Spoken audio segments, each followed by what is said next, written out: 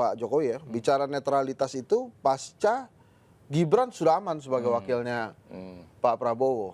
Karena kalau dia ngomong netralitas sebelum Gibran aman, Mahkamah Konstitusi ini agak goyang juga.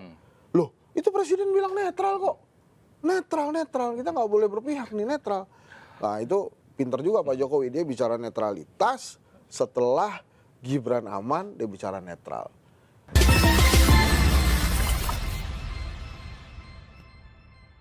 Cawe-cawe bersama Iwel Sastra, isu politik, kontroversi politik, pokoknya segala yang berbau politik kita cawe-cawe di sini. Dan kali ini yang ikut cawe-cawe bersama saya seorang pendiri kedai kopi yang tidak menyajikan kopi. Henry Satrio, akrab panggil Hensat. Ini pendiri kedai kopi tapi nggak pernah menyajikan kopi. Sabar ya, saya lagi nonton saya ini.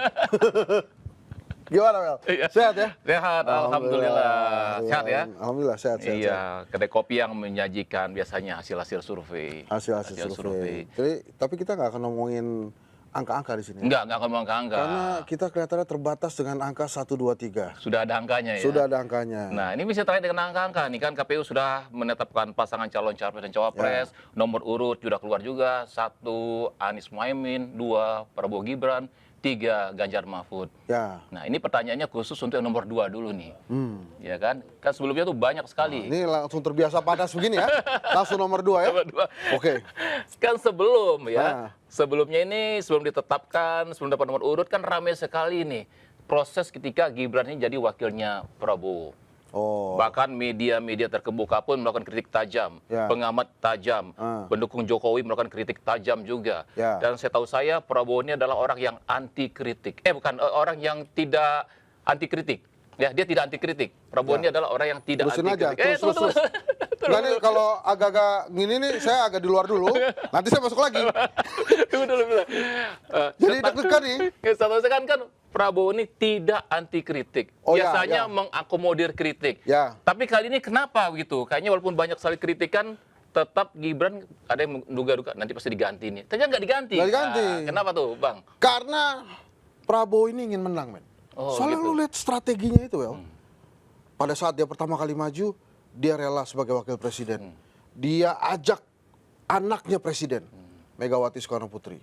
Tapi bapaknya sudah tidak lagi menjabat sebagai presiden waktu itu. Kalah. Wah, akhirnya diajak besannya presiden. Hatta Rajasa waktu itu.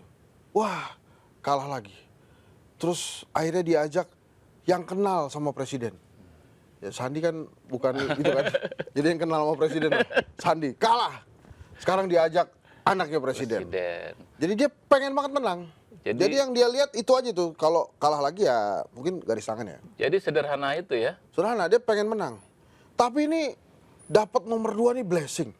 Kenapa? Karena tahun 2014 itu kan ada lagunya.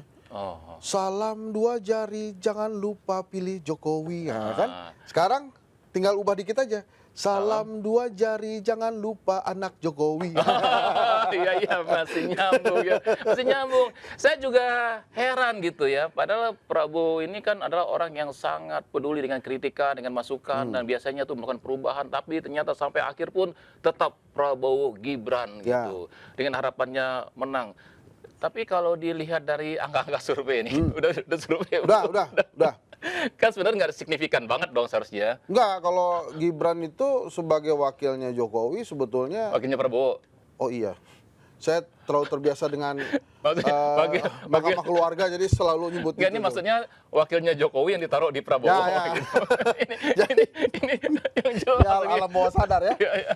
Jadi kan kalau dibandingkan dengan calon-calon wakil presiden yang lain, sebetulnya justru Gibran masih kalah dengan Erick Thohir misalnya. Atau dengan Ridwan Kamil gitu ya. Tapi kelihatannya karena pertimbangan hasrat kekuasaan itu, ya sudahlah, anaknya Pak Jokowi ini. Walaupun sekarang di masyarakat kan bertanya, nanti nih bila ya, bila atau jika dan hanya jika ya, Prabowo menang, itu presidennya siapa tuh nanti tuh? Prabowo atau Jokowi atau Gibran? Ini kan pasti kan Pak Prabowo kan punya rasa terima kasih dong sama Pak Jokowi. Diberikan langsung anaknya untuk mendampingi Pak Prabowo gitu ya. Kalau menang tuh kira-kira siapa tuh? Pasti tetap Prabowo lah presidennya. Masa? wakilnya tetap Gibran kalau menang ya. Ya. Nah, Jokowi yang apa itu kayak pelatih lah di pinggir lapangan, ngasih sosok gitu. Bisa nggak kayak gitu? Bisa juga begini. Oke, Prabowo presiden di istana. Gibran wakilnya juga di istana wakil presiden, tapi kuncinya yang Jokowi yang pegang. Kalau dia nggak buka nggak bisa keluar. Gitu lah kira-kira. Enggak, kita merasa Anda mulai merasa takut-takut nih kelihatannya. Enggak, bukan. Kalau cawe-cawe ini, kalau bahas Prabowo Gibran itu, motivasi cuma satu, memberikan pendidikan politik kepada masyarakat. Ini kan hasil survei menyebutkan bahwa masyarakat katanya nggak peduli dengan dinasti politik. Menurut saya itu wajar, karena kata dinasti politik itu udah lama nggak kita sebut-sebut. Tahun 98 terakhir, masuk tahun 2000, orang udah lupa kan. Sama halnya dulu ketika pertama kali kita dengar kata nepotisme. Bingung kan, kita juga masih muda dong waktu itu dong, Gen Z kita kan. Nepotisme apaan ya gitu. Sama sekarang dinasti politik muncul lagi. Nah, karena itu kita perlu edukasi, dinasti politik itu adalah definisinya mesti ada gitu kan. Nah sebenarnya anak muda kalau dikasih tahu tentang dinasti politik itu apa, peduli nggak mereka sebenarnya? Mereka peduli sih, dari hasil survei Kedai Kopi malah banyak yang tidak setuju dengan itu. Di atas angkanya hampir mendekati 60%. Yang sekarang itu yang menarik, anak muda itu justru menciptakan sendiri istilah buat dinasti politik yang membuat anak-anak muda ini punya privilege. Namanya Nepo Baby. Ya ini anak saya tuh umurnya 14 tahun sekarang, 14 tahun. perempuan 14 tahun. Dia bilang, kata dia, ayah, dia nonton YouTube kan, ayah seharusnya itu ada istilah yang tepat ayah. Apa? Nepo Baby. Nepo Saya Baby. justru anak saya umur 14 tahun, kelas 3 SMP yang bilang begitu. Iya betul-betul, itu emang anak-anak itu melihat ini adalah Nepo Baby. Kenapa itu muncul? Karena di usia yang sama untuk anak-anak muda yang dapat Nepo Baby itu, privilege karpet merah, mereka tuh harus berjuang untuk kehidupannya mereka. Sementara anak-anak Nepo Baby ini 2 hari jadi anggota langsung jadi ketua umum gitu-gitu gitu. Makanya ada, jadi kan ini demi anak muda. Nah anak mudanya sendiri itu mendinaya itu. Enggak, itu bukan anak muda. Anak muda itu kerja keras. Dia setapak demi setapak gitu ya. Nggak langsung tiba-tiba jung gitu. Jadi agak beda nih Wel. Ya, saya kan punya kerjaan sampingan ya sebagai motivator nih. Kalau motivator itu kan Nah, di mana? Sampingan di mana? Hah? Oh iya. Iya. Kalau motivator itu kan rumusnya adalah proses. Nah, terkadang berapa kali juga acara dengan para entrepreneur muda. Itu kan banyak juga calon entrepreneur yang datang. Biasanya mereka itu akan terkesima gitu ya untuk mendengarkan motivasi dari para entrepreneur sukses itu kalau mulai dari bawah. Iya kan? Mulai tadi saya ini pedagang kaki lima, saya ini mulainya dari gerobak dulu sampai akhirnya punya restoran yang besar gitu kan. Ya tapi kalau misalnya yang anak Nepo Baby itu bapak saya sudah kaya, kemudian saya meneruskan aja itu gimana tuh motivasinya tuh? Nggak tertarik mereka biasanya gitu. Nah, ini makanya tanggung jawab dari program ini juga, ini adalah anak muda yang seperti apa yang akan terinspirasi dengan hal yang demikian. Wih keren ya, wapres gua kalau menang nih, wapres gua muda nih. Kan anak muda yang seperti apa terinspirasi? Itu bukan anak muda, men, itu anak presiden udah gitu aja lah. Nggak, justru Pak Prabowo ini unik deh. Pak Prabowo ini cari wakilnya itu yang antitesisnya dia. Kenapa? Prabowo ini kita salut lah ya, udah gagal, bangkit lagi, bangkit lagi. Gagal sebagai capres, terus. Ya kan? Tapi kenapa sekarang ini berusaha untuk mencari pasangan yang kira-kira menguntungkan Prabowo yang membuat orang kemudian menjadi tanda kutip sinis kepada Prabowo. Padahal kan seharusnya nggak begitu. Ini karena kita care loh sama Prabowo. Iya, kita kan sama-sama kenal kan? Ya, kenal. Tapi Prabowo nggak kenal saya. Ya. Kenal nggak ya Prabowo kita? Sebetulnya tuh. Nah, itu gimana itu? Ya memang sekarang dia mencitrakan dirinya sebagai kakek-kakek gemoy. Iya. Sebetulnya itu masuk juga tuh ke zilenials. Jadi zilenials itu melihat Prabowo ini kakek-kakeknya. Kadang-kadang marah, kadang-kadang lucu, kadang-kadang sok-sok ngasih nasihat. Kadang-kadang kalau mereka datang pulangnya suka dikasih duit gitu kan. Kalau kakek-kakek kan gitu ke cucunya kan. Nah itu memang berhasil banget tuh. Tapi begitu dimunculkan ada sosok anak presiden di situ, langsung agak kacau balau juga sebetulnya. Apa namanya, coba ya bayangkan nih, ini mohon maaf nih, bukan saya bermaksud untuk mempopulerkan Pak Erick Thohir ya. Tapi ceritanya akan beda kalau misalnya Prabowo pilih Erick Thohir. Itu kan motivator kayak lu itu kan dapet itu kelas itu. Erick Thohir dari kecil terus kemudian sekolah di luar negeri. Kemudian keluarganya tajir juga, tapi bro gimana motivasinya? Tapi setidaknya dia punya portfolio pernah mulai juga dari yang kecil. Sama kayak Sandi kan.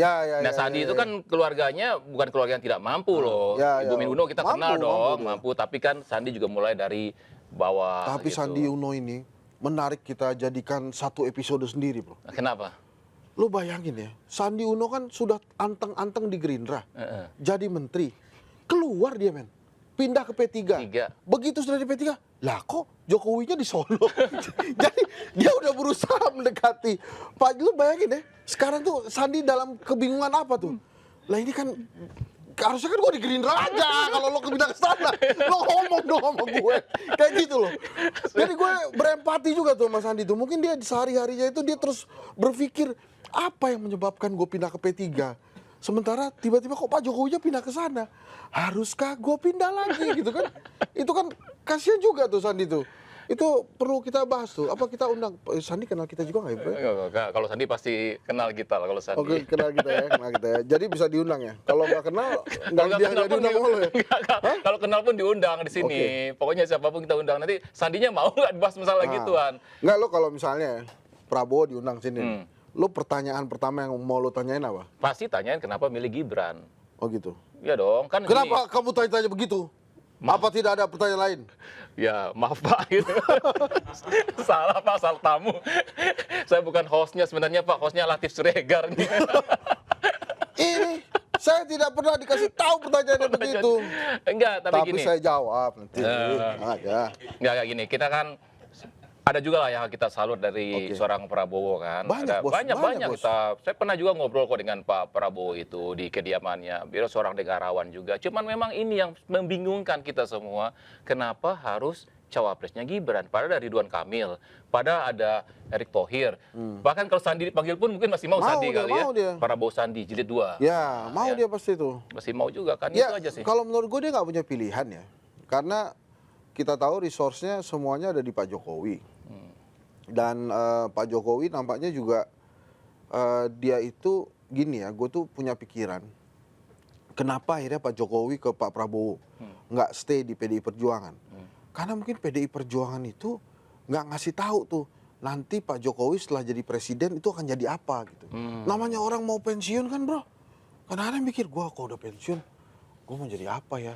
Nungguin di PDI kok nggak ada tawaran-tawaran ya. Tapi Gerindra gencar nih nawarin, lu mau jadi ketua Dewan Pembina tuh gitu-gitu terus tuh. Akhirnya kan wah Pak Jokowi ternyuh juga, didoronglah anaknya gitu ya untuk kepanjangan tangan cita-cita dia 3 periode gitu mungkin ini ya Pak Jokowi ya. Saya berandai-andai aja. Gitu kira-kira. Saya punya teman ya, seorang soalnya ibu. di situ ada tulisan main aman bos gitu kan. Makanya langsung gue berubah nih mimik gue nih. Maksudnya Pak Jokowi yang main aman. Oh, Ini ya. berarti di PDI Perjuangan itu tidak ada pelatihan disebut dengan MPP. Apa itu? Masa persiapan pensiun. Lama bos soalnya nih ketuanya juga. Jadi memang tidak terbiasa dengan Nah, MPP sementara itu. di Gerindra di ibaratnya bentar lagi pensiun, tenanglah masih bisa jadi komisaris gitu ya. Masih tetap aja ada penyalurannya itu. Kemarin dapat komisaris gak ya? Apa? Dapat komisaris gak? itu soal komersi nanti lagi. Iya kan? Nah, ini mau menjadi sangat menarik sekali kita bahas. Jadi saya punya teman ya, seorang ibu-ibu yang sangat pendukung berat Jokowi lah. Apapun tentang Jokowi, kemudian juga pernah bilang bahwa nggak mungkin anaknya Pak Jokowi itu akan meninggalkan Bu Mega, nggak mungkin Pak Jokowi meninggalkan Mega. Itu kalau sekarang itu kalau ketemu ya kan, Bu gimana kabar Pak Jokowi? Ah aku no komen aja deh. Gitu. Tapi berarti sebenarnya Pak Jokowi ini hebat ya. Pak Jokowi ini jenius menurut gue. Jenius ya sebenarnya. Orang meremehkan beliau selama ini. Dia tidak rasa. pernah, Padahal kita tidak pernah sangka tuh bahwa dia punya kemampuan seperti ini.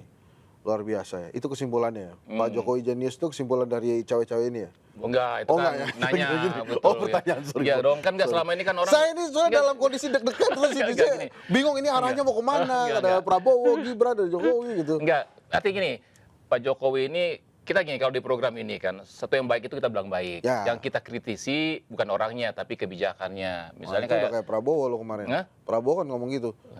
Kalau baik, kita sampaikan baik. Wah. Nah, itu Prabowo tuh. Lu tadi ngomong itu terinspirasi Pak Prabowo loh. Jadi kalau misalnya Pak Jokowi ya, misalnya Jokowi itu sudah bagus tuh. Udah bagus kan, dua periode itu bagus loh. Iya, Ya kan? bagus dong. Tinggal turun baik-baik gitu Iya. kan. Tapi Sebenarnya karena nggak begitu doang tuh. terlalu, katanya nggak cawe-cawe, tapi terkesan cawe-cawe kan. Iya bro. Itu kenapa ya bro ya? Apakah ada rasa takut di Pak Jokowi menurut lo tuh? Sampai dia akhirnya begini. Jangan dibalikin dong pertanyaannya ke sini. Ini hostnya di sini. Oh iya, maaf. Maaf ya, saya terbawa arus ya. Terbawa arus ini. Enggak, tapi semua orang sudah menduga lah. Mungkin jawabannya seperti Hensat bilang tadi itu, bahwa di Gerindra mungkin ada penawaran setelah nanti pensiun sebagai presiden. Sementara PDIP kayaknya pasif aja, belum ada penawaran. Kemudian dilihat juga Pak Prabowo juga membuka ruang untuk Gibran menjadi cawapres. Erlangga juga mendukung. Siapa lagi? Zulkifli Hasan juga mendukung. Bahkan HI yang masuk dari belakang pun mendukung juga, kan nggak ada penolakan ya. Dan partai-partai di situ semuanya mendukung gitu ya. Sehingga akhirnya menjadi sangat mudah. Pertanyaannya, kenapa semuanya ini terkesan mendukung? Ya. Selain Sandi juga mungkin yang bingung tuh AHY ya. Kemarin kan kritik-kritik. Terus tiba-tiba, ya dia pasangannya sama itu. Pusing juga tuh dia. Makanya di mana-mana balihonya nih sampai hari ini ya kalau gue lihat itu tulisannya cuma Demokrat bersama Prabowo. Gitu. Mungkin dibaliknya ada tuh. Dan Gibran tapi dibaliknya. Jadi tapi kita ngelihatnya kan kalau orang tuh balihonya itu dulu. Itu mungkin bingung ya. Jadi kalau pertanyaannya itu bagus. Kenapa kemudian orang-orang itu mendukung sana? Kalau menurut gue begini, kalau Demokrat ini kita kesampingkan dulu ya. Mungkin karena waktu itu kecewa lah dengan yang terjadi di koalisi perubahan. Tapi kalau yang lain-lain ini kan nampaknya memang berlindung dari Pak Jokowi lah. Julhas berlindung dari Pak Jokowi. Erlangga Hartarto juga berlindung dari Pak Jokowi gitu ya. Kan kejadian-kejadiannya sekuensnya sama semua tuh, dipanggil kejaksaan terus gitulah kira-kira. Ini aman nggak tuh, Mas? Begitu aman nggak ya? Aman ya? Aman. Karena kan itu cerita aja cerita ya. Itu kan berita-berita yang udah sering juga kita dengar sebenarnya kan, dari bisik-bisikan lah. Iya, nggak, soalnya baliho Ganjar Mahfud aja bisa diturunin kan, gimana cuma Hensat gitu kan. Jadi kita nih agak deg-degan juga nih. Gitu kan. Nah ceritanya begitu. Jadi memang kelihatannya tidak ingin menjauh dari Pak Jokowi karena bukan, saya nggak nyebut cari aman ya, tapi kelihatannya mereka terpesona dengan program-program Pak Jokowi dan ingin meneruskan program-program Pak Jokowi. Itu nggak banget ya jawabannya. Tapi ya udahlah gitulah kira-kira. Ya cari aman lah bos, udah gitulah.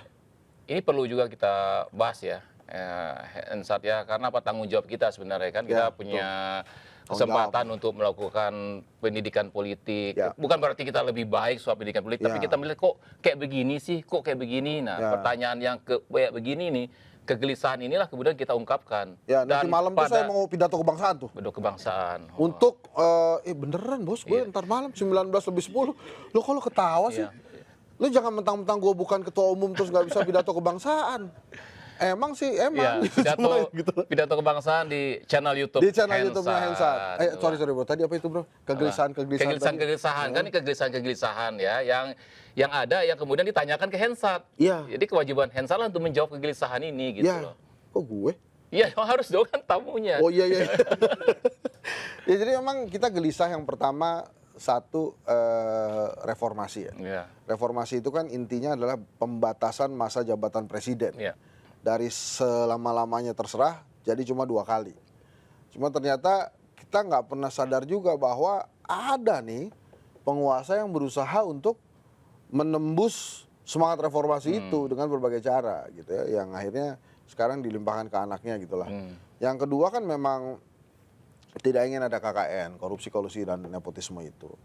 Terus kemudian dui fungsi ABRI dan lain-lain, kan memang itu semangat reformasi waktu itu kita tapi kita nggak nyangka sekarang kan akhirnya ketemu lagi tuh. Bahkan yang membuat kita deg-degan kemudian gundah gulana itu kan beberapa tokoh reformasi justru ada di orang yang memanfaatkan kelemahan dari atau loophole dari semangat reformasi itu sendiri. Kan jadi gimana gitu, ada ya teman-teman di sana, ada Mas Fahri, Mas Budiman, Bang Moti, ya kan ada di sana semua gitu. Siapa tuh namanya, si Noel dan lain-lain gitu. Jadi kita bingung juga dan sedih, walaupun mereka bilang ya ini untuk Indonesia, ini untuk Indonesia. Kalau semua untuk Indonesia kan ya kita juga begitu kan kadang-kadangnya, tapi ya. Tapi nama-nama yang disebutkan tadi itu kan mendukung Prabowo sebelum Gibran masuk sebenarnya kan? Iya, sebelum Gibran, tapi kan mereka juga nggak mungkin keluar kelihatannya, karena kalau mau keluar mau kemana lagi gitu kan. Saya tuh kalau ngomong serius gini jadi nggak lucu ya. Jadi Coba gimana lagi Ya, pertanyaannya? soal ini pertanyaannya gini nih.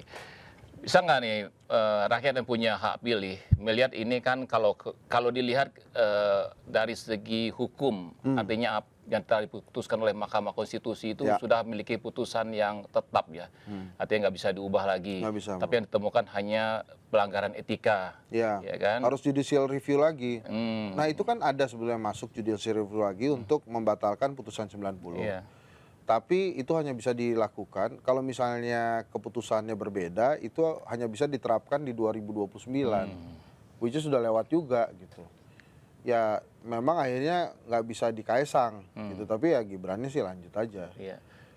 Dan itu kayaknya juga sudah terukur sebenarnya kan? Terukur Iya. ketika, wah nanti kalau yang protes udah terukur, ini mengikat kok gitu. Iya. Jadi- Canggih nih, canggih. Pak Jokowi itu canggih lah.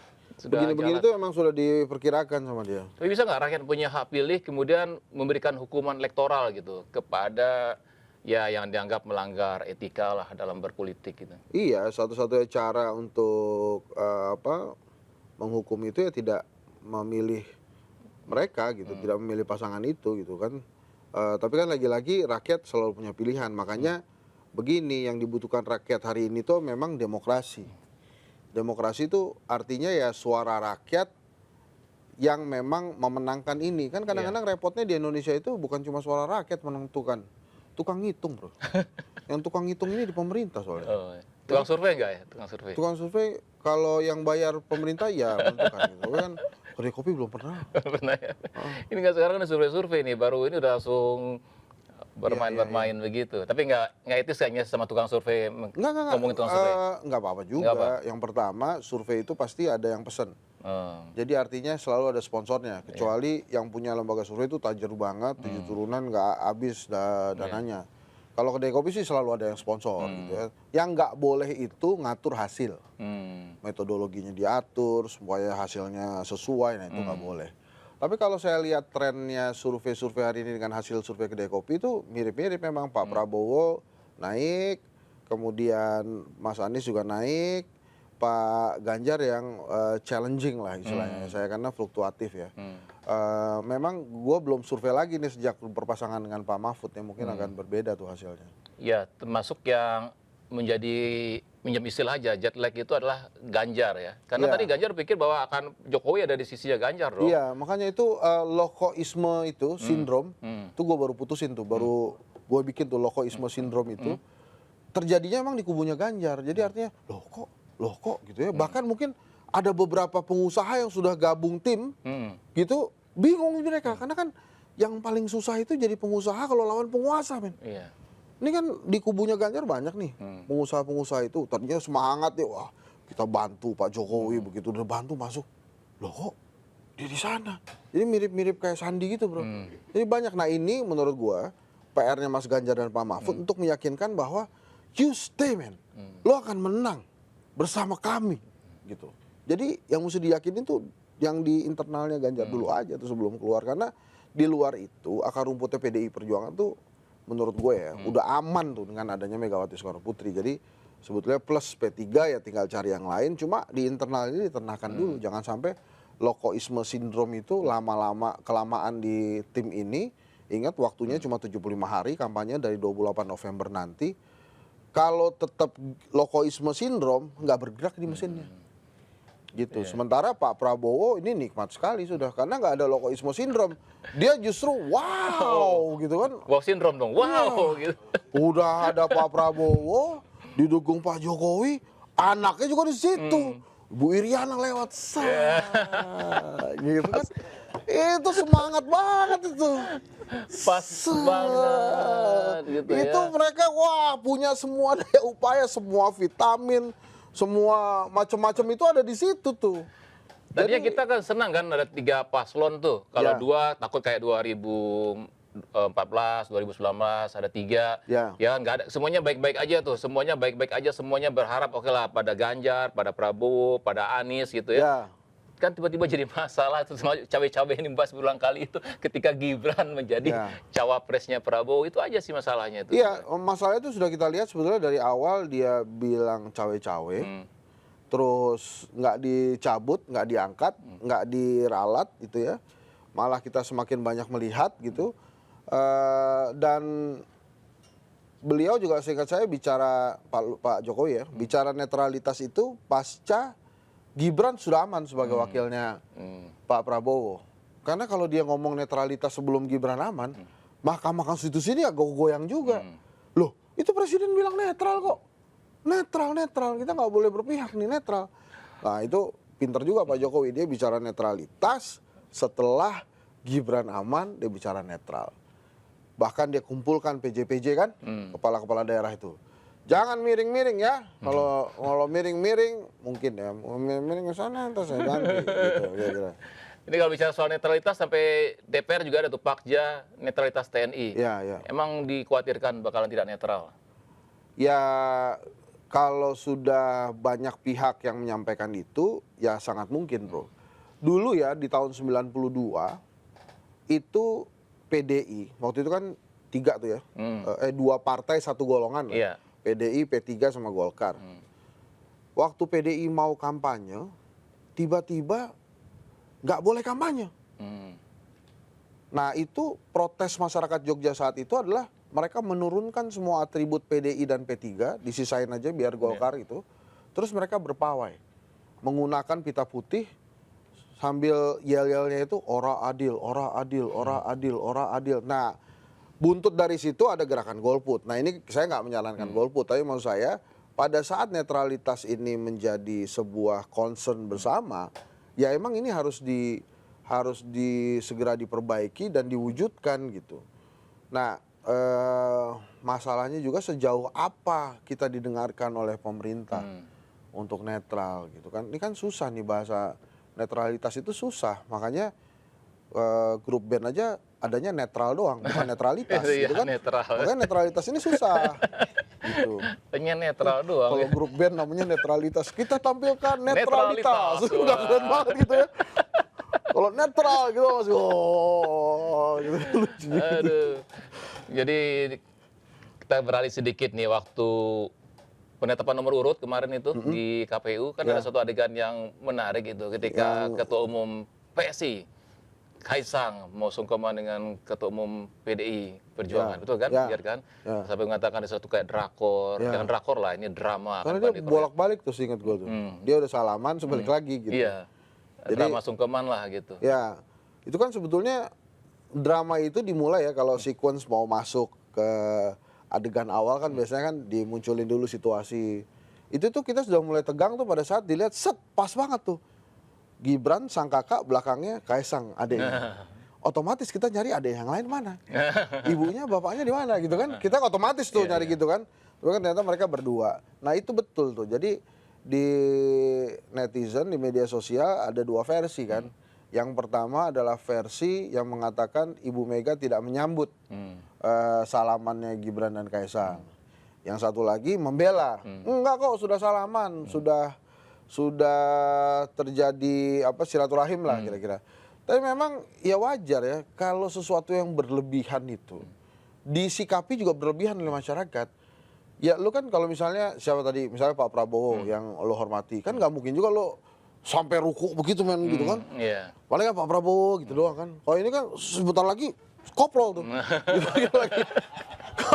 Kalau koprol agak repot kan. Nah ini kan memang bungkuknya tuh terlalu dalam tuh kan ya. Jadi orang juga ngeliatnya wah drakor banget, langsung ingat sang ayah kan. Oh mungkin ini maksudnya ayah tuh kemarin ngomong drakor-drakor, senitron kan, dia nggak bilang sinetron tuh pertama, senitron dan sinetron itu mungkin 2 hal yang berbeda tuh. Mungkin ada rasa bersalah juga sebenarnya dalam hati gitu loh. Tapi gimana ya, momentum kesempatan kan. Saya kan juga pengen kayak ibu jadi ketua umum gitu. Gimana? Jadi bisa, tapi ada rasa bersalah juga sebenarnya. Tapi hari gini baru 2 hari jadi anggota langsung ketua umum. Iya. Oh suruh siapa? Bokap lu bukan presiden. Iya kan? Itu kayak saya tuh punya teman itu udah bertahun-tahun kali jadi anggota partai, itu baru tuh waktu tahun-tahun ini ya, ketika ada kongres partainya baru jadi pengurus itu di DPP. Itu prosesnya lama banget loh. Ya kan? Untuk menjadi ketua umum belum tentu juga dia bisa jadi ketua umum, karena kan prosesnya juga nggak mudah juga untuk menjadi ketua umum partai gitu kan. Apalagi kalau melalui kongres dan sebagainya gitu. Ini tiba-tiba kan langsung ya diberikan kesempatan seperti itu. Mungkin behind the scene-nya ya bro. Jadi ada lagi makan-makan keluarga nih. Hmm. Pak, gimana nih Pak, keluarga kita kok nggak ada yang ketua umum ya? Keluarga Bu Mega jaraknya dengan ketua umum sedikit lagi. Keluarganya Pak SBY sudah ada yang jadi ketua umum. Kita gimana nih Pak? Oh gampang kalau gitu. Bapak atur ya. Akhirnya diatur, tuh beres menjadi tuh. Jadi ketua umum Jadi satunya ketua ya. umum, seneng juga tuh. Tapi Bapak pengen jadi ketua umum juga nggak? Saya susah bro. Hah? Gue dulu pernah jadi ketua OSIS men, susah banget tuh.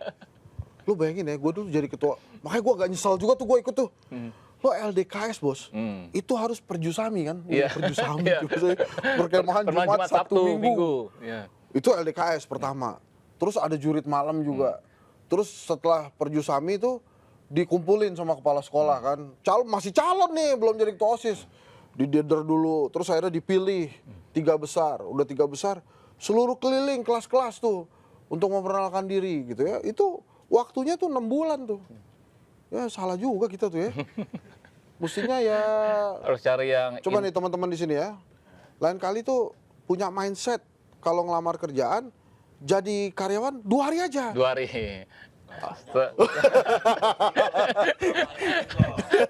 Satu-satu keluar. Bro. Ini buat mereka pinggir jurang ini. Obrolan ini.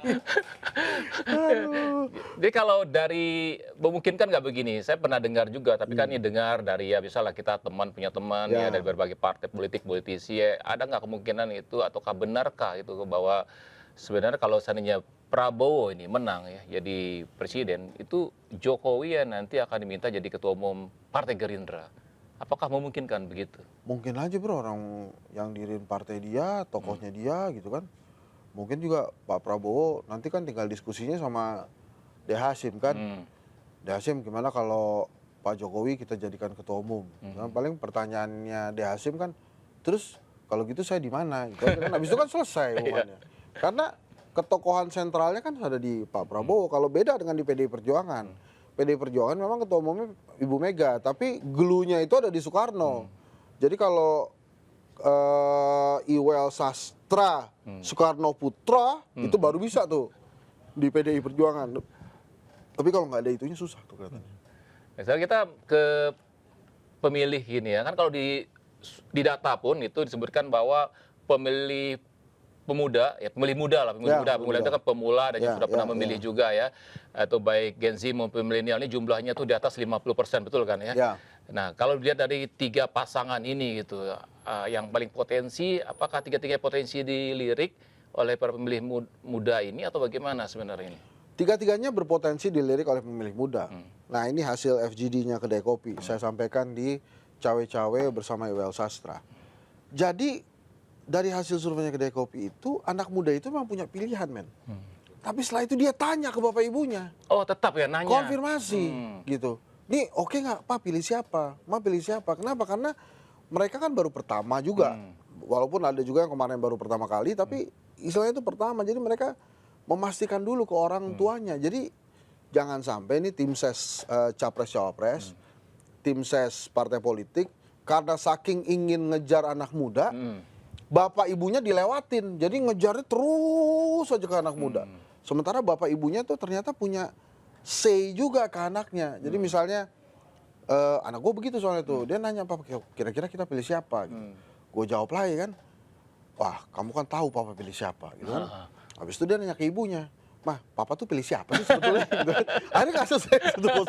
Tapi mereka tanya tuh, apa namanya, kira-kira mereka harus apa. Jadi hati-hati juga. Dan itu kemarin saya ngobrol di Trijaya FM di bawah.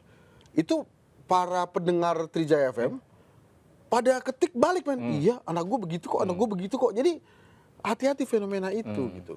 Tapi kalau lo tanya langsung Gen Z-nya, kamu bisa milih sendiri gak? Sama aja kayak kita dulu waktu SMA kan. Bisa milih sendiri gak? Bisa dong, bisa. Kalau nggak milih sendiri kan kita dibilang nyontek gitu kan. Tapi pada khusus pemilu ini mereka tanya dulu. Tetap mereka butuh referensi gitu ya untuk meyakinkan. Nah, jadi kalau sudah demikian ya, kalau mereka akan memilih menanya para orang tua, ya bisa ya orang tua yang punya pengalaman masa lalu pengetahuan masa lalu bisa memberikan wejangan-wejangan pada anaknya. betul. Ini kalau calon A begini, calon B begini, calon C Ya, begini. padahal gitu. pertimbangannya kan, wah ini anak-anak muda nih udah nggak ngerti orde baru Iya, apa, betul. nggak ngerti Nah, itu dia, itu betul. Tapi ternyata mereka masih tanya ke bapak ibunya, Ya. gitu loh. Dan cukup resistensi juga fenomena Nepo Baby itu disikapi oleh netizen yang kebanyakan pemilih muda itu dengan tagar kami muak itu kan. Jadi kalau Iwel sempat cek di media sosial, sudah semingguan ini tagar kami muak itu ada di mana-mana. Bahkan ada yang secara terang-terangan berani melawan, berdiri di depan balihonya Kaisang dan Jokowi itu. Kami muak, kami muak. Jadi tagar kami muak itu memang beredar luar biasa tuh. Itu bentuk perlawanan protes anak muda terhadap fenomena Nepo Baby ya, yang buat mereka itu justru meruntuhkan semangat karena pada saat mereka harus bekerja keras, mengeluarkan segala daya upaya, ternyata ada jalan pintas potong kompas gitu. Ya, mereka yang tidak setuju dengan Nepo Baby ini, kira-kira nanti arah suaranya itu lebih cenderung ke Amin atau ke Ganjar Mahfud? Pernah disurvei nggak gitu? Nah itu ada surveinya sih, rata sebetulnya mereka Rata, masih, ya? karena mereka masih melihat berbagai hal, misalnya ya, ada keunggulannya juga. Gua rasa tuh pendukung MU tuh, itu kemungkinan tuh Ganjar Mahfud semua. Karena Ganjar Mahfud walaupun MU-nya kalahan, itu mereka berdua adalah MU tuh. MU ya. Ganjar Mahfud. Jadi MU. mereka enak tuh. Bila Anda MU sejati, Ganjar Mahfud. Gitu bisa jadi gitu tuh gitu. Kan kalau gua kan Liverpool, Bro. Oh. Jadi ya biarin aja ngomong gitu kan. Nah, itu bisa jadi segala daya upaya itu juga bisa dilakukan gitu. Nah, yang lucunya ini sekarang Anies Muhaimin justru ini agak aneh menurut gua nih. Kenapa? Kan kemarin dia ketua tim suksesnya kan disebutin. Iya. Ya kan Pak Syauqi itu. Iya. Yang katanya nerbangin F-16. Iya. Kan respon masyarakat, tuh siapa sih? Iya. Ya wajar aja masyarakat nggak tahu, kan dia pilot F-16 kan di atas. Data saya tahu. Nggak kelihatan. Nggak kelihatan benar. Jadi udah di atas terus ketutupan. pakai helm. Jadi Kalaupun orang nggak selfie kenal. nggak ketahuan juga Nggak ketahuan itu kan wajahnya gitu. ya. Makanya sekarang Amin itu, Anies Muhaimin, timnya itu justru sibuk memperkenalkan tim suksesnya. Gue bilang kagak usah. Dia nggak ada di kertas suara. Jadi lo nggak usah sibuk-sibuk memperkenalkan dia juga.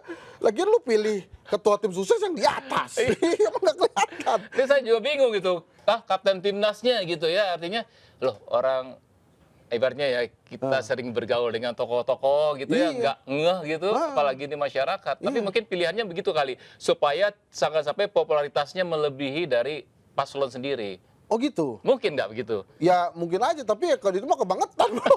Jangan sampai nggak dikenal banget gitu. Tapi ini gue ingetin ya, timnya Amin ini jangan kemudian lo terjebak menghabiskan waktu memperkenalkan si ketua tim sukses lo ini. Mereka nggak ada, dia nggak ada di kertas suara. Udah lo fokus aja ke Amin, ke Anies Muhaimin gitu. Menurut gua gitu ya. Nah, sementara memang Ganjar Mahfud ini agak enak juga. Selain dia MU, dia punya rambut putih. Terus Pak Mahfudnya juga lebih dikenal, gitu. Ya. Ada apa sih sebetulnya Nggak, ini sekarang? kan kita ngomong-ngomong Ada Pak soal Prabowo tadi, apa? bukan, kita ngomong soal pemilih muda ya. Ya. Ini kita juga punya satu lagi nih, tamu nih. Darmaji Swaradika. Nah, ini Darmaji Swaradika. Halo, Ini sore Mas. dari Hoodie udah kelihatan tuh kan, Iya, udah tim kelihatan. pemenangan muda. Coba gimana suara Dika itu gimana? Suradika. Ini suara Dika teman-teman ya. Nah, coba gimana suara Dika? Ini suara Dika. Kalau suara Hensak begini. Coba suara gimana? Begini. Darmaji Swaradika, Aji panggilannya. Ini Aji. tim pemenangan muda Ganjar Mahfud. MU kan? Lo pasti MU kan? Kan ketebak bro. Gitu. Tapi Harus ya. Tapi ingin tahu dulu nih Ji, Yes, itu yes. kalau tim pemenangan muda ini maksudnya semua tim pemenangannya muda atau tim pemenangan khusus untuk merangkul anak muda? Dua-duanya. Dua-duanya. Jadi kalau Muda, pas ngerangkul ya harus merangkul semuanya anak muda. Betul. Gitu. Yang udah dilakukan apa aja? Ya, jadi yang utama karena ini tadi pemenangannya buat anak-anak muda, ya jelas kita ngejaring relawan muda gitu Mas. Jadi kita dari berbagai macam organ relawan itu kita kumpulin, kita gunain untuk mereka nanti akan mendengar gitu kan. Mereka juga akan istilahnya perpanjangan tangannya Pak GP gitu. Jadi Pak GP Mahfud gitu ya, karena kan jelas Pak GP Mahfud kan jadwalnya terbatas gitu kan. Tapi kita ingin sebenarnya Pak GP Mahfud ini hadir buat anak-anak muda gitu. Jadi kita menghadirkannya dengan relawan-relawan muda. Kenapa itu jadwal terbatas, tidak menyediakan waktu banyak atau gimana? Oh enggak, kan sekarang kan waktunya tetap 24 jam. Ini saya bantu Anda loh, sampai terjemahkan kata-kata Ya itu. maksudnya banyak sekali kegiatan kita terjadi di tempatan. Jadi kan yang nggak bisa dari tiap semua hari-hari, dong. betul. Kita ingin hadirkan kayak sehari-hari itu Pak GP dan Pak Mahfud itu hadir gitu. Dan kami adalah ambasador-ambasadornya gitu, kira-kira gitu. Ini bagus dia, dimulai karirnya sebagai tim pemenangan muda dulu. Ya. Nanti berapa puluh tahun kemudian baru menjadi Tim pemenangan tua. enggak bukan jadi wapres muda. Masih muda dong dia. Dia sekitar 15 tahun lagi juga masih muda. Saya tanya nih, Wapres ini muda. dia kena Capres muda. lokoisme sindrom nggak? Kasih tahu jelas dong loko itu apa? Kan baru masuk. Ntar aja. Loko, Loko. gitu ya. Nah itu kan ternyata yang katanya muda ada di sebelah tuh. Lo kena, loh kok yang muda di sana gitu nggak? Enggak, jadi kita bilang makanya generasi YZ ini yang kita jaring relawannya itu maksimal umurnya 35 tahun. Oke. Karena kalau di atas itu ntar udah bisa jadi cawapres. Iya. Jadi nggak masuk tim pemenangan lagi ya. Jadi kita fokusinnya emang ya kita makanya kita selalu menyuarakannya adalah anak-anak muda ini tuh harus berproses. Oh ya dia Kita bukan fokusnya anak muda tapi anak presiden gitu. Ya udah kita tes dulu sedikit Ya, ya. Boleh tes dong kalau kita kan lebih senior dari dia Karena kan. Anda terlalu lama datang jadi saya jadi co-host. Terus Ya. apa sebenarnya yang disenangi anak muda gitu? Ya. Yang disenangi Pemilih muda anak itu. Dan kemudian ini yang Ya. akan menjadi programnya Ganjar Mahfud. Ya jelas kalau dari beberapa survei yang kita baca gitu ya buat anak-anak muda itu yang pertama anak-anak muda ini juga banyak ada paradigma nih. Gitu.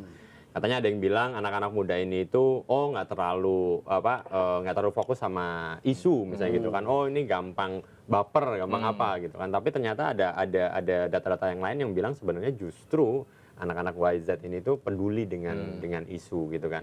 Dan yang paling sering diangkat itu adalah isu tentang job creation, tentang kekurangan pekerjaan gitu kan. Dan keresahan-keresahan kayak ini gue ntar abis lulus dari kuliah gitu ya, ada kerjaan gak nih gitu ya, atau internnya misalnya teman-teman gue internnya udah 5 gitu, kok gue masih 2 gitu. Padahal dulu zaman ya kita masih kuliah juga nggak segitunya gitu, tapi anak-anak sekarang itu kayak concern banget sama itu gitu. Jadi itu yang kayaknya juga jadi concern utamanya Pak GP dan Pak Mahfud juga gitu kan. Ini saya mau rekonfirmasi nih. Iya. Ini hasil survei kedai kopi ya. Ketika survei kedai kopi biasanya yang benar tuh. Oh iya benar dong. Benar-benar. Ini nggak satu-satunya kedai kopi yang tidak menyajikan kopi, tapi menyajikan angka-angka. Jadi gini, Hansa. menurut hasil survei kedai kopi, 3 teratas keinginan anak muda itu, tadi lo udah sebutin lapangan kerja. Ya. Yang kedua ingin menikah, yang ketiga ingin punya rumah. Bener nggak gitu? Ya itu sebenarnya 2 dan 3 ini kan dampak dari punya kerjanya dulu kan. Gitu. Karena sudah punya kerja, dia ingin menikah terus punya rumah. Iya, kalau nggak ada kerja gimana bisa nikah, gimana bisa punya rumah gitu. Oke, Jadi itu berarti kan- ada juga dong program-program untuk para jomblo gitu ada juga. iya dong, Penting iya dong. dong, ha. Ada Penting. untuk para jomblo dapat kerja dulu. Kedai kopi ini punya data loh, pemilih jomblo se-Indonesia tuh berapa ada loh. Ada. Dan itu langsung terbagi 2 men. Yang jomblo asli dan ngaku jomblo. Aduh. Oh jadi gitu ya. Jadi yang penting itu punya kerja dulu gitu ya. Ya. Baru kemudian. Tapi kenapa pengen menikah itu masuk sebagai keinginan? Ya, itu kayak keinginan semua anak muda ya. Kemungkinan semua orang lah kalau udah beranjak semua orang ya. untuk udah cukup umurnya pengen menikah lah. Mereka belum tahu kalau itu jebakan ya. Kayaknya muda tua ya semua ini kan. pengen menikah. Sebetulnya penderitaan kalau ngomong gitu. ini Karena gue tahu kan bini gue nonton. ini soal nikah mancing deh. Ini gitu soal nikah mancing. Nih gini. Ya. Sekarang kalau kita lihat kita nih fair aja ya, dari hasil survei juga dilihat di media sosial, pengamatan data-data juga kan kalau Pak Prabowo itu disukai, walaupun sudah nggak muda, disukai oleh banyak anak muda, kata ada tuh istilah gemoy. Gemoy, kakek-kakek gemoy. Gitu. Ya, Kalau ya. Ganjar apa yang Oh, membuat anak Ganjar muda yang- suka dengan Yang disukai anak muda ada 2. Kalau yang pertama, kalau yang cewek-cewek generasi muda tuh bilangnya Pak Ganjar tuh papa ganteng. Katanya. Oh, apa ganteng. Kalau yang iya. Kenapa sih? Oh, nggak ikhlas banget sih. Gue baru dengar bro. Jangan nggak ikhlas gitu, papa Jangan ganteng. ikhlas. Lu mana ada yang ganteng bro. Kalau yang Papa kedua, ganteng ya, kalau yang oke, oke, cowok itu papable katanya. Oh. Jadi papable itu kalau buat anak muda itu kayak ayah yang baik. Yang baik. Karena kan kelihatan kan, Papable. kelihatan antara interaksinya Pak Ganjar sama anaknya, sama Alam itu kan kayak temen gitu. Oh, ntar gue tanya ke anak gue lah. Papable juga nggak nih? Papa Ebel? Makanya harus niru Itu tuh kalau caranya yang Pak Ganjar dipanggilnya ngobrol Papa sama jadi Alam. apa? Kan itu panggilannya Papa Ebel. Kalau Jadi panggilan Bapak Bapak, Abel. gue panjang kan masalah begitu. Itu kalau ini biar ini berimbang dong. Ya, Tadi kan Ganjar tanya Prabowo-nya. Kalau Anies yang kira-kira bikin Anies disukai anak muda apa? Itu di media sosial termasuk masif Ya, gue juga. nggak tahu, gue bukan timnya Oh, Anies. bukan. Anda jangan memframing itu. Ini masalah kontrak. Kalau gue jawab nih orang-orang pikir nggak jadi nggak sih kontrak. Di sini Jangan agak begitu, bro. agak banyak Iya. pertanyaan jebakan emang Hati-hati ya. nih. Ada Hati-hati, banyak kita pertanyaan mesti jebakan. hati-hati, bro. Sebagai pengamat, Oh, pengamat. sebagai pengamat politik, Ya. sebagai pengamat media sosial, Ya. apa gitu. Yang disukai Anies. Yang disukai anak muda dari Anies kira-kira Menurut apa? data ya, menurut Iya, data itu data. cerdas, bro. Cerdas. Oh, cerdas. Cerdas. Walaupun gue kadang-kadang begini juga ya. Masa iya cerdas?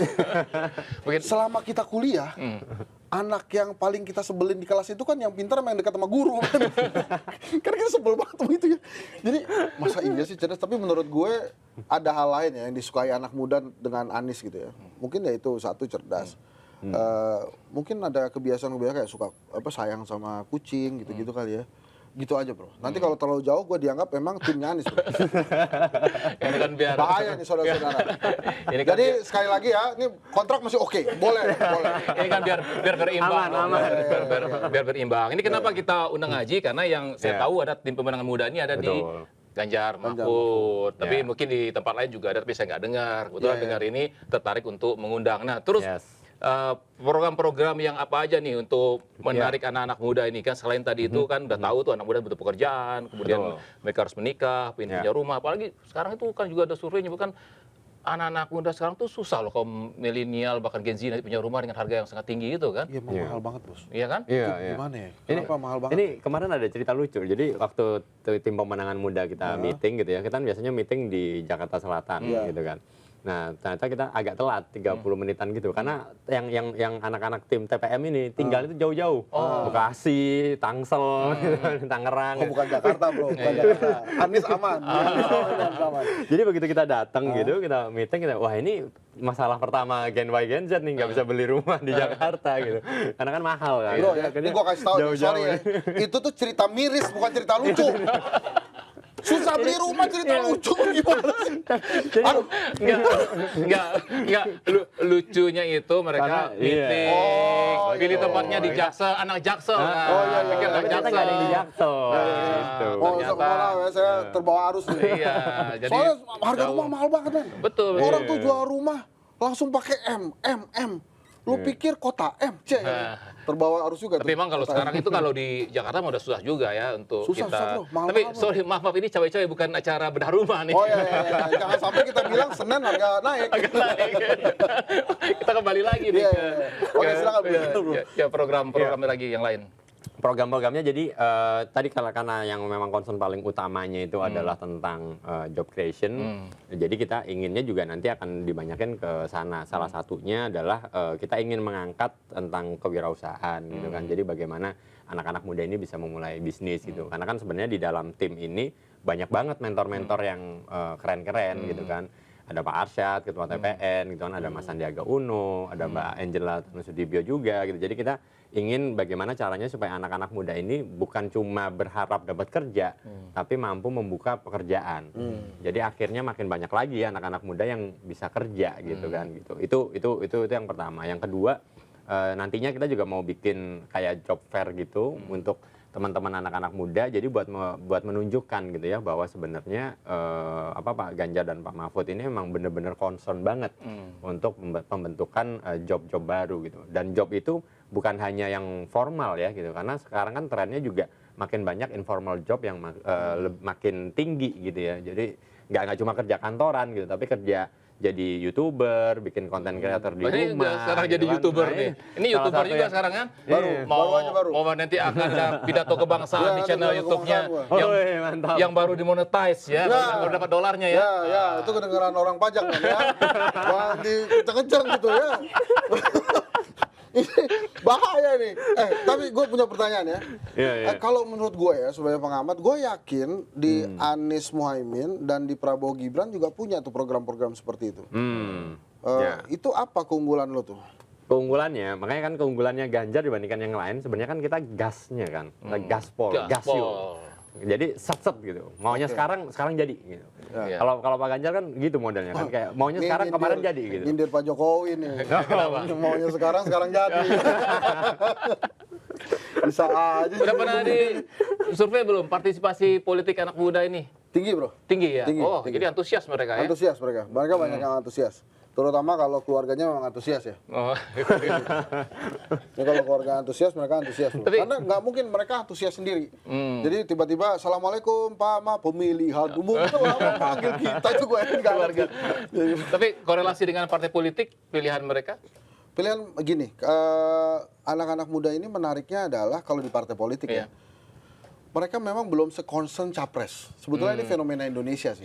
Indonesia itu memang lebih concern milih capres-cawapres dibandingkan partai politik. Makanya banyak partai politik mengandalkan caleg-calegnya itu. Nah, anak-anak muda ini yang penting mereka datang dulu aja. Sebetulnya kerepotan tertinggi dari pemilu di Indonesia yang paling rendah itu DPD, Bos. Oh, DPD ya. DPD tuh. Dewan Perwakilan Daerah. Ya, satu sampai hari ini juga masih belum tentang fungsi-fungsi DPD, terus orangnya kebanyakan banget kan gitu. Akhirnya kita terjebak memang tergantung dari popularitas si orang itu juga gitu. Tapi kalau partai politik memang akhirnya kesukaannya yang pertama PDI Perjuangan, terus kemudian ada Golkar, ada Gerindra, ada PKS. PKS sih tinggi juga di kalangan anak muda. Demokrat, PKB ya. Justru ini kan yang lagi agak deg-degan nih dua partai bawah nih, kata nih gue sekalian tanya sama lo ya. PAN sama P3 tuh di kalangan anak muda tuh gimana ya? Karena mereka tuh rendah dan kemudian PAN baru ditinggal tokohnya Amin Rais, kemudian P3 waktu itu hampir aja nggak lolos threshold tuh. Sementara ini saingannya banyak kan, ada Perindo yang mulai naik, ada PSI yang mulai naik. Nah lu melihat PAN dan P3? Enggak, ini harus saya intervensi pertanyaan itu. Iya, sorry, gue kayak host nih soalnya. Iya, karena PAN itu di koalisi lain. Nah, jadi kalau dia jawab nanti PAN akan turun, ini karena nggak satu koalisi, dia bilang, P3 akan naik, wah ini karena P3 dukung Ganjar. Jadi serba salah dia kan. Tapi kalau dia bilang misalnya P3 itu akan turun, nanti orang P3 gimana sih teman satu koalisi, kamu ini bukannya tim pemenangan muda. Jadi itu terjebak juga ya? Terjebak dia. Jadi tolong Anda, maaf. tolong Anda sebagai narsum tuh jangan memberikan pertanyaan yang menjebak. Sorry, mohon maaf. Udah ya bro ya? Sedikit lagi ya. Aji, jadi apa yang dilakukan oleh tim pemenangan muda Ganjar Mahfud ini untuk meningkatkan partisipasi politik dari anak muda, kemudian juga agar muda itu kemudian pilihan politiknya itu adalah ke Ganjar Mahfud. Gitu. Karena mungkin tadi aku agak melengkapi ya, jadi ada satu survei juga itu sebenarnya bukan survei spesifik ke politik, tapi survei bagaimana anak muda itu memilih apapun, memilih baju, memilih apapun gitu ya. Ternyata anak-anak muda Gen Y dan terutama Gen Z itu makin tinggi bahwa pemilihannya mereka terhadap sesuatu itu sangat di-influence oleh temannya. Jadi udah bukan lagi orang tuanya, gitu. Dan itu ternyata juga berkaitan dengan politik juga, gitu. Nantinya capresnya, partainya, gitu. Itu tergantung dia temannya itu milih apa. Atau kalau anak-anak muda sekarang ada sebutannya FOMO, gitu kan, fear of missing out, gitu. Dan ini ini kan bener tuh, kayak tadi tuh gue bilang. Mungkin nanti dari temannya dia nanya bapak ibunya, jadi gitu bapak ibunya temannya. jadi friend get friend lah, gitu. Friend get friend. Jadi ini yang kayaknya nggak ada di pemilu 2019 FOMO ini. Jadi tren FOMO ini kan baru ada sekarang di 2024 kan gitu. Jadi anak-anak muda yang kayak wah kalau gua nggak milih dia, gua nggak jadi bagian dari grup teman gua nih karena teman-teman gua milihnya dia semua gitu. Nah, jadi itu yang ingin coba kita grab juga lah ya gitu. Jadi gimana caranya anak-anak muda itu enggak, Grab tuh kan bahasa Inggris bro, bukan produk. Sorry. Ya masa dulu ini yang perlu kita Gojek kan nggak begitu dia ngomongnya. Ini perlu kita Grab gitu. Ini yang perlu kita ojol. Jangan nyebut grup, jangan nyebut brand, ya, jangan nyebut merek. Gue selalu baca gue. Apa kata produser gue baca. Ini nggak apa-apa nih bahasanya begitu. Sorry. Bahasa anak muda seperti itu. Jadi bahasa bahasa anak muda. Jangan tulis-tulis yang salah-salah. Gue jadi kejebak deh. Terus bro, Gibrant, Terus Iya, jadi supaya anak-anak muda ini jadi merasa bahwa oh iya, memang tadi yang seperti yang kita bilang Pak Ganjar dan Pak Mahfud itu dekat banget dengan anak-anak muda dan teman-temannya pun itu juga sudah terkorelasi dengan Pak Ganjar dan Pak Mahfud gitu. Kira-kira itu sih. jadi berarti yang masuk nih dalam tim pemenangan muda nih syarat pertamanya harus gaul dong ya? harus Iya dong. harus muda. Ya harus muda dan gaul ya. Kalau Iya. muda nggak gaul gimana kan? di Iya dong. di kamar ya nggak punya teman gitu. Friend get friend. Gimana dia kemudian langsung nggak bisa masuk nih. Gue nggak bisa masuk. Nggak, tapi kalau kan untuk pemilik lembaga survei kan nggak ada batasan umur, nggak ada batasan umur, ya kan? Maksudnya pemilik lembaga survei dibatasi hanya sampai 56 mau pensiun dong ntar lagi kan? Nggak bisa. Boleh aja dong. itu enaknya jadi punya lembaga survei bro. Iya kan gitu. Tapi nih tentu kita berharap ya pemilu 2024 pemilu keseluruhan lah, pilek mau pilpres berjalan dengan baik ya, langsung umum bebas rahasia, jujur dan adil. Ya, setuju begitu ya? Ya setuju. Nah, supaya begitu gimana? Nah, sebelum ini lo mau closing ya? Gue Ini mau mau nanya closing dulu nih. sama lo boleh nggak? Oh iya apa? Ini baru kali ini host ditanya ini. Itu kan sekarang lagi musim politik ya bro ya? Iya. Itu kan sering sekali kita mendengar ada calon-calon boneka. Iya. Itu ya sebabnya lo nggak pernah bawa boneka lo lagi. Takut menyinggung Calon boneka. calon tertentu ya? Calon boneka ya. Iya, ini biar Jawab dulu, bro. Enggak, ini biar nyambung sama pemirsa. Jadi saya itu juga seorang ventriloquist ya, jangan suka main pakai boneka Ya, gitu. ya. Apa namanya, bro? Ventriloquist. Ventriloquist. Seninya ventriloqui. Nah, jadi nggak ada hubungannya kenapa nggak bawa lagi karena host ini nggak perlu bawa boneka, bro. Oke. Iya kan? Ini Gitu. misalnya nih, misalnya sekarang gue boneka lo ya, gue ngomong-ngomong ini doang Iya. nih, terus lo yang ngomong lo gimana coba? Oke. 1, 2, 3 ya.